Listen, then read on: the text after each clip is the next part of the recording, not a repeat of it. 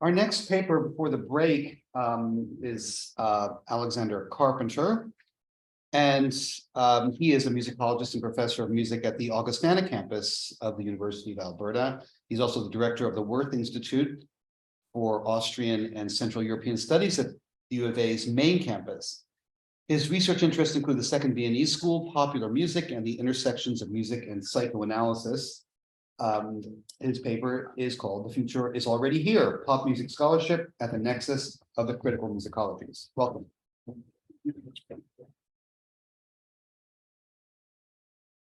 Thank you. Thank you very much. Is it snowing? It was snowing when I woke up this morning, so I'd like to first express my displeasure. Well, as a Canadian, the current weather situation, because it had been my robust expectation that I would come to London and I would get a respite from winter. So it was I don't know what, -17 or something like that when I left on Monday, and yeah, that was okay. And it's been winter for us and Halloween essentially. There's still a couple feet of snow. So the only saving grace in my view is the amusement that I'm getting out of the severe weather notices. I'm very happy to be giving my paper in this first session of the conference, and I think especially to be paired with Patrick's paper, because I think it might be a little bit more. It's a little bit along the same lines. It might be a little bit more editorial and a little bit less focused than some other presentations. I'm hopeful, though, that I can share some observations and some insights as a scholar of at least part-time or half-time, a scholar of popular music. That will be of some interest and some use as we explore these questions of the critical musicologies and the future of the discipline. I should say first, just for context, that my own interest in musicology was peaked in the mid-1990s. I was an undergraduate in the heady days of the new musicology.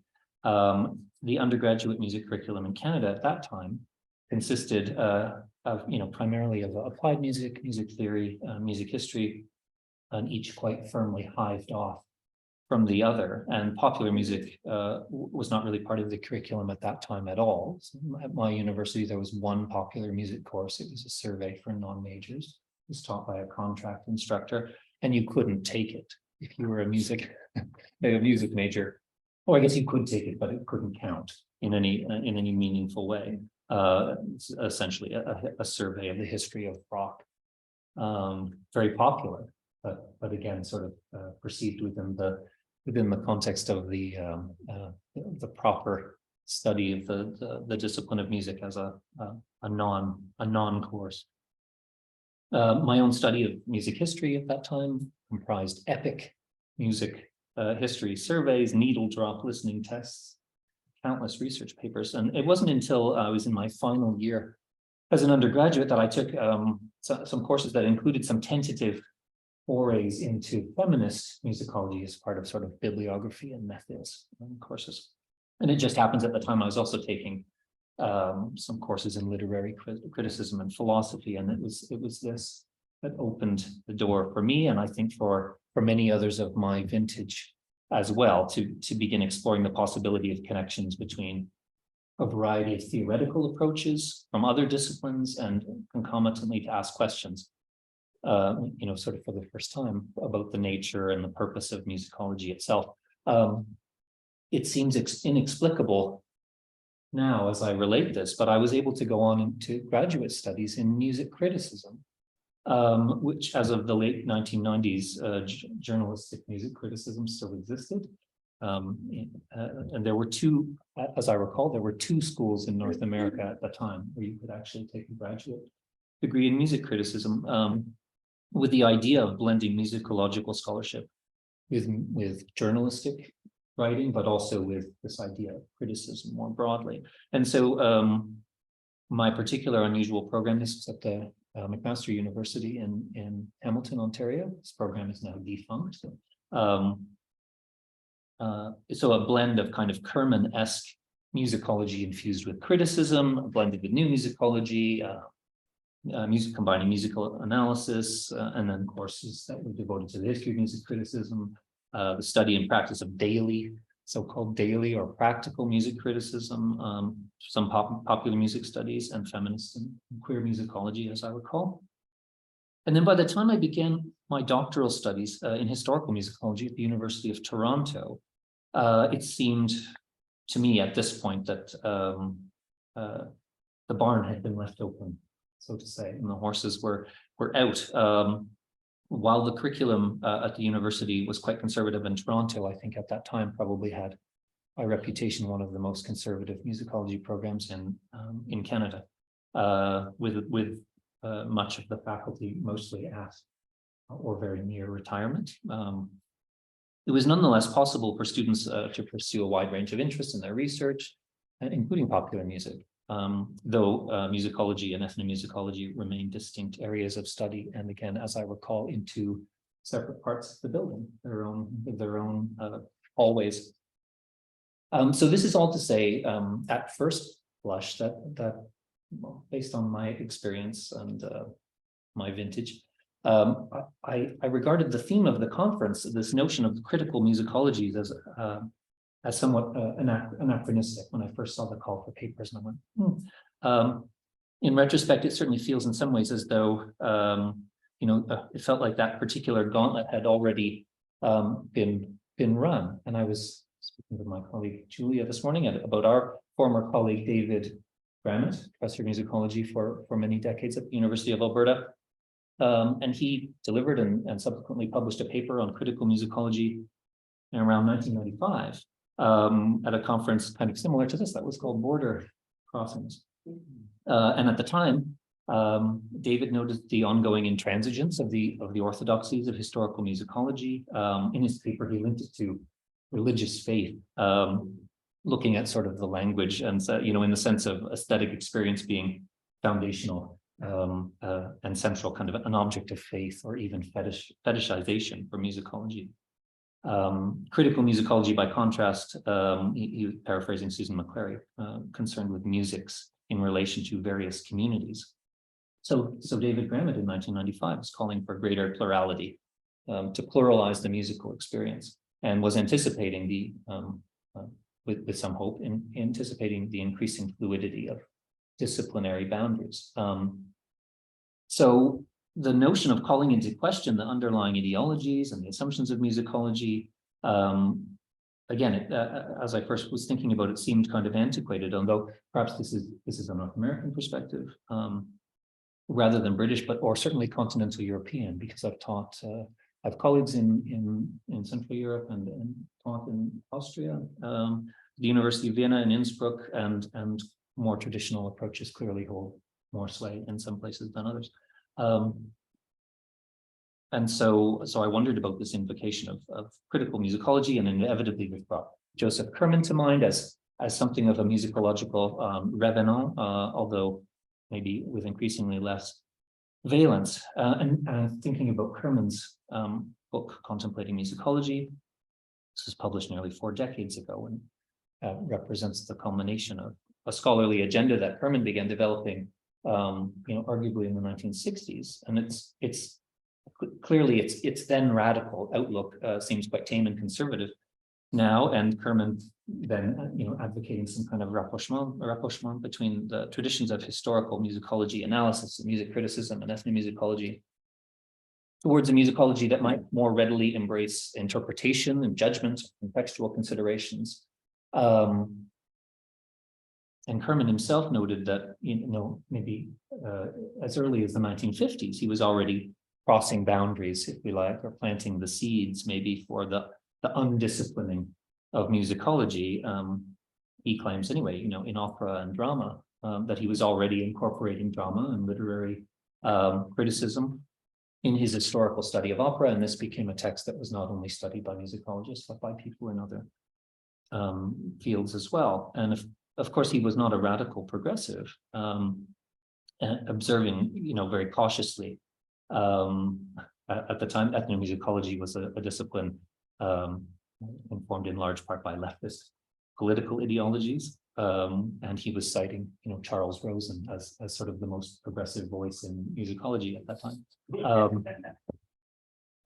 So he was, I think, clearly invested in the liberation of musicology from its orthodoxies and from a narrowness that had meant little change in scholarly approach from the 50s to the 80s,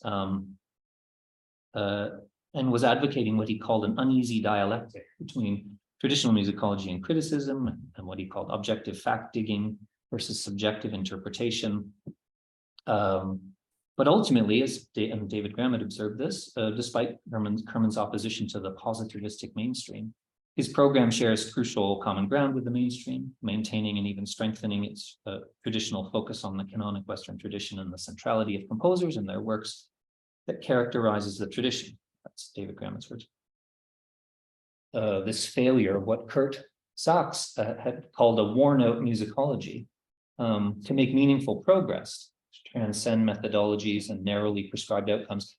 This had already been characterized by Sachs, I think this is in the late 1940s, talking about the refusal of cultural interpretation, which he characterized as a problem of attitude, a case of attitude. So I've noted that musicology's boundaries were starting to be overrun anyway in the 1990s by feminist and queer scholarship, I think especially, and by musicologists desperate, if awkward, race to embrace literary theory, critical theory, psychoanalysis, and I'm guilty of all of this, of course. And I was thinking about a seminal text in the 90s, and that was Disciplining Music, edited by Catherine Bergeron and Philip Ullman. And two of those essays in the book, I think, are still of particular interest, and especially for this conference. One was by Bruno Nettel, where he was, in a short essay, applying an ethnomusicological perspective to Western art music, although at the end, ultimately registering a kind of loss of faith faced by Mozart, confronted by Mozart, a loss of faith in the possibility of disciplinary crossings. And the other was by Don Randall, which on the one hand called for the deconstruction of the discipline of musicology because its tools delimit and deform the music that we study. But on the other hand, Randall was warning of the potential nihilism of such a strategy, which might simply spawn newly limiting tools or lead to ceaseless epistemological uncertainty. And I was thinking of this caveat as I was thinking about what to do for this conference, that this call for plurality or dynamic heterogeneity suggests the same kind of risks that Randall was worrying about in the 1990s. So how then does pop musicology, and I hope I can use that term, it's okay, I use that term as a shorthand, how does it fit into this narrative? Here for this conference, I'm making what I feared was a naive argument, and that is that pop musicology has long transgressed the disciplinary, methodological, and ideological boundaries put in place by traditional musicological scholarship, for better or for worse, and that pop musicology could surely be used as one possible model for the critical musicologies that this conference is asking us to think about. But again, with some caveats. I know that as a discipline, pop musicology is, as I like to say, is promiscuous. And indeed the borderline between pop musicology and so-called pop music studies, very much like Patrick's discussion about the idea of the study of something. So the borderline between a pop musicology proper and popular music studies is itself quite nebulous. I think that the question about methodologies of pop music scholarship, which are the most interesting aspects of the discipline, I think, remain largely unresolved. And perhaps one of Kerman's arguments, he was talking about the study of modern music or 20th century music in contrast to ancient music. Perhaps his argument holds and can be adapted here, and that is that we know popular music intimately and intuitively in some sense. We know and we understand it stylistically in ways that we don't understand old music. And so that the study of popular music, like the study of 20th century music for Kerman, becomes open to more varied and progressive approaches, while the music of the more distant past requires more traditional tools. And this kind of flips Kerman's dialectic or flips the binary that as the objects of studies shift, with the primacy of the objective and the positivistic overtaken by other possibilities and perspectives for interpretation and knowing. So I'd like to just briefly consider two broad case studies in the field of pop musicology, or pop music studies if we prefer, drawn from my own experiences as a way to make a case for this field as a possible model for the way forward, and arguing that the field of pop musicology is situated at this point of convergence that the call for papers mentions.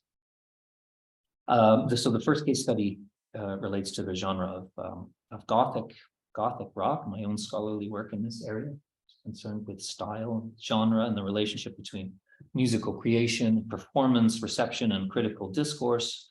We need to know Gothic rock is one of the many musical subgenres that arises out of the post-punk diaspora in the UK in the late 1970s.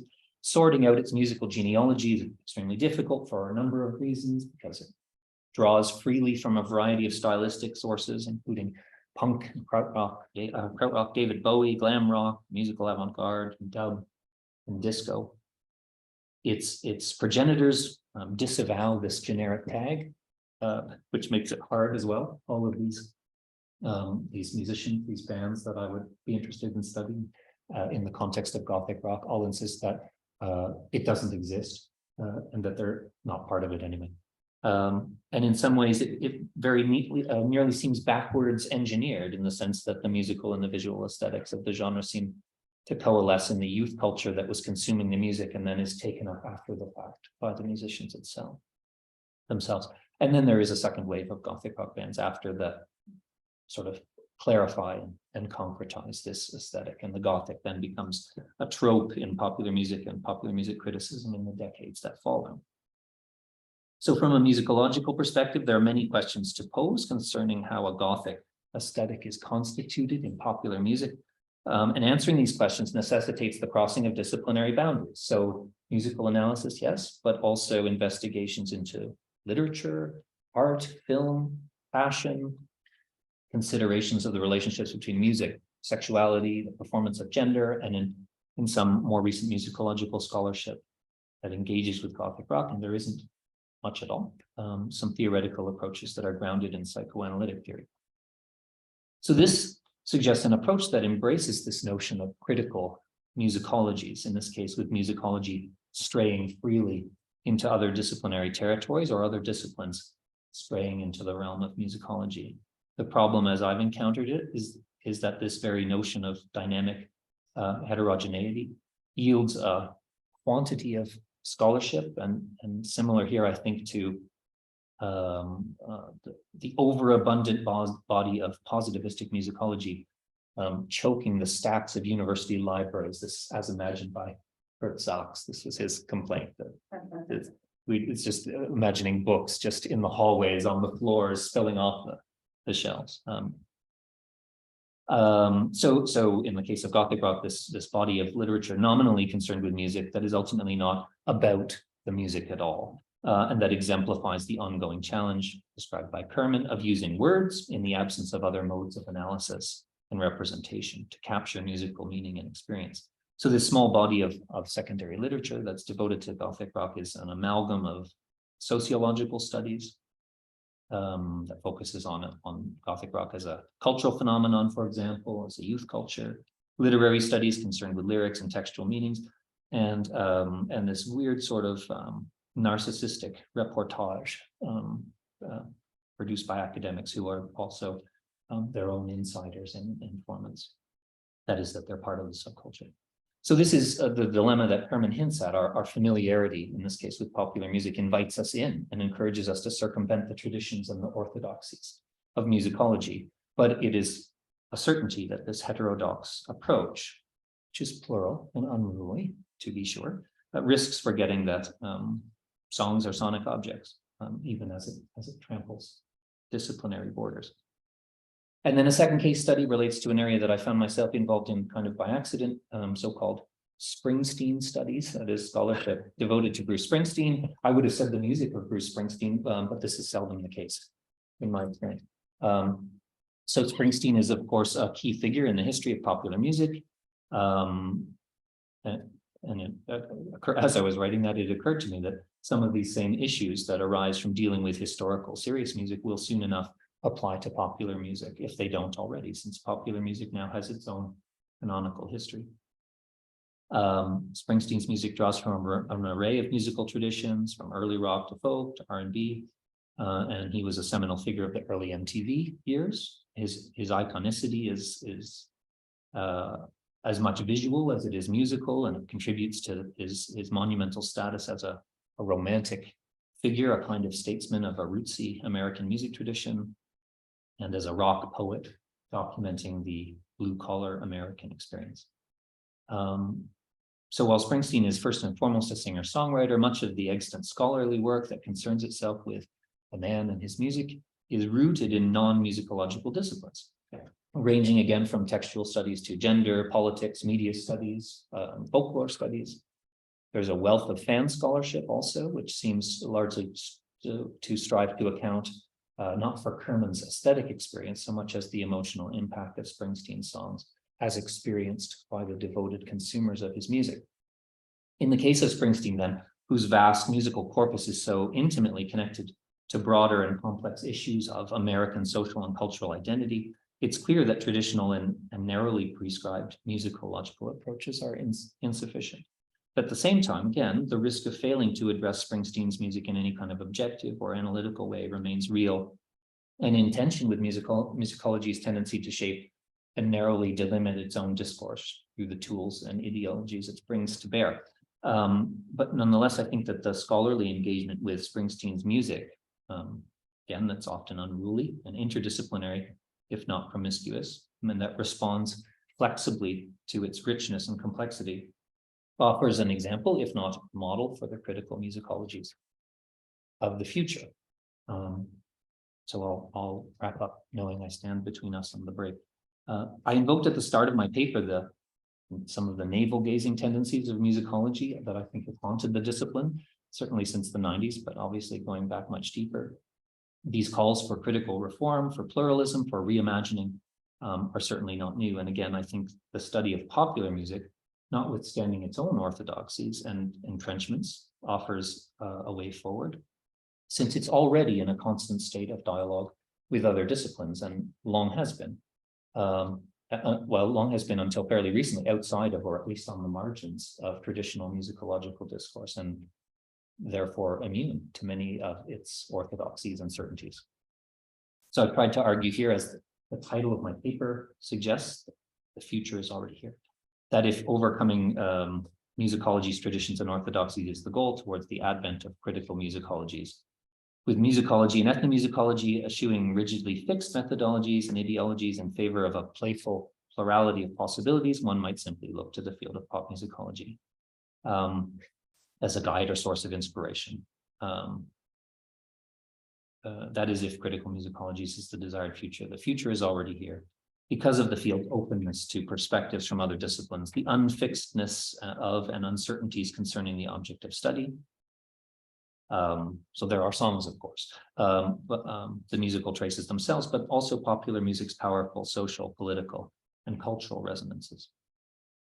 And the concomitant methodological flexibilities that this engenders. So I think, just to close, I think this notion of flexibility is especially key, maybe rather than something slightly more nebulous or fraught like plurality or multiplicity. And these latter notions risk maybe some of the nihilism that the would-be deconstructors of musicology feared so many years ago. And I think I'll leave it there. Thank you for your attention.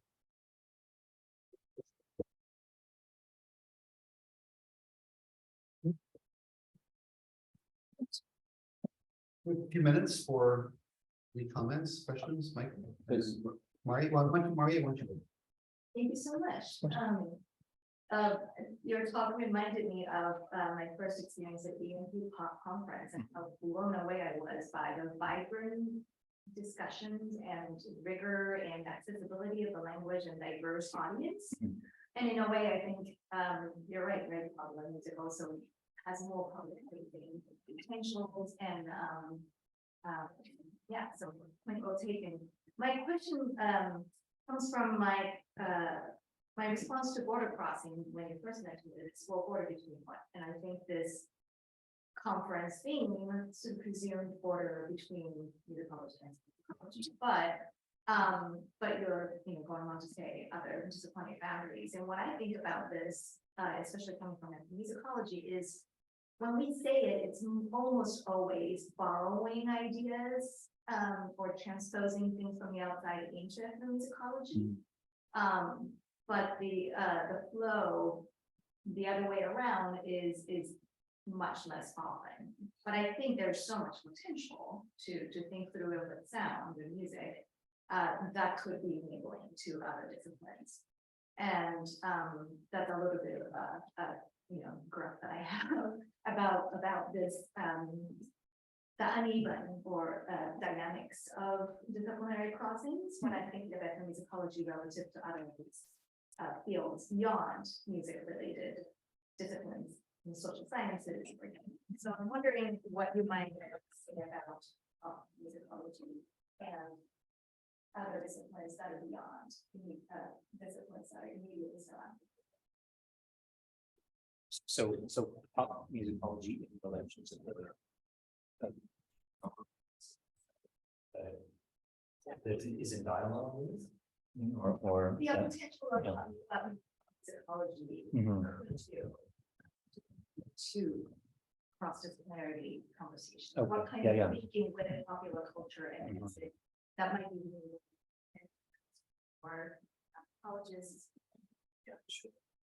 Well, I hope it's sort of clear what I sort of trying to do is I recognize that we're talking about musicology versus ethnomusicology, and I was just sort of trying to think about where does popular music study, where does it fit? And my suggestion was that it is in some ways in this borderland.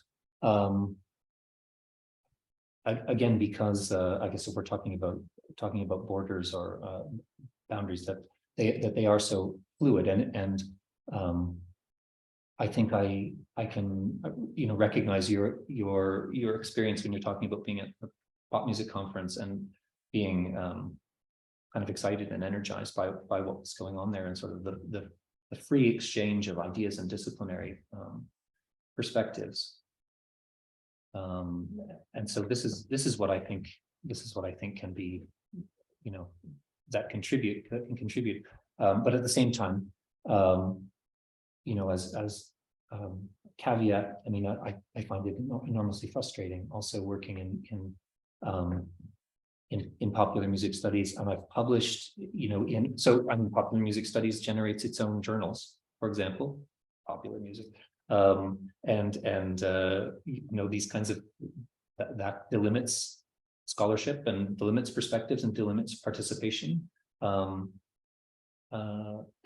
then there are I've published in popular culture, very broad popular culture style things. But when you mentioned the pop music conference, a frustration that I had early on was sort of the reverse experience. That is that I attended and I was giving a talk and included some analysis, some musical analysis, talking about some songs and harmonic analysis and modality and that kind of thing. And then a couple of people afterwards sort of in the Q&A said, what is it? What do you think you're doing? Talking about rock music, taking issue with using technical terminology and doing, in some ways, doing some kind of violence or injustice to the music by bringing musicology to bear on popular music. So I'm not sure that gets at your. Can you just have maybe another minute? Do you have a question? It wouldn't be a quick question. Okay. Over coffee. Yeah. Okay. Thank you, Bert. Thank you. Yes. So we're going to take a 15-minute break, have some coffee. Can I just say one thing really briefly? It's not specifically a question, but rather maybe something we should think about. I am really entranced by, for example, the idea of Kurt Sachs complaining about Yeah. the lack of disciplinarity or the over whatever it is. Wouldn't it be nice if at some point after this we share bibliography? Yes. Because if we want to actually make this happen, then we should be reading some of the same things. Just a suggestion. And then we can create our own little piles of cluttering books. Yeah, we can clutter up our own libraries.